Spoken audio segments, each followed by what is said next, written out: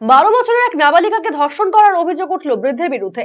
59 বছর বয়সী ওই বৃদ্ধের কঠোর শাস্তির দাবিতে শিলিগুড়ির ইস্টার্ন বাইপাস এলাকায় পথ অবরোধ করে বিক্ষোভ দেখালো স্থানীয়রা। দীর্ঘক্ষণ পথ অবরোধ করে এলাকাবাসীরা, যার জেরে এলাকায় তীব্র যানজটের সৃষ্টি হয়। উত্তেজনা ক্রমশই বাড়তে থাকলে ঘটনাস্থলে এসে পৌঁছয় আশিগড় ফাঁড়ির পুলিশ।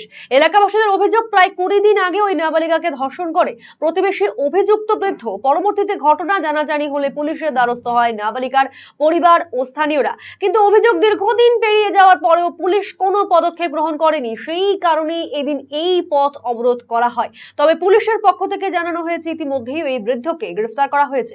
পুরো ঘটনার তদন্তে নেমেছে আশিগড় ফাঁড়ি পুলিশ। আপনার শিশু কি অটিজমে আক্রান্ত?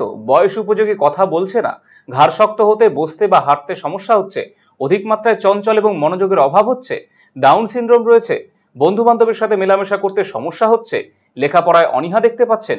এই সমস্ত সমস্যার homeopathy, physiotherapy, occupational therapy, special education, behaviour therapy, speech therapy, counselling এবং গ্রুপ ক্লাসের মাধ্যমে সমাধান করা হয় সেবানিকেতনে।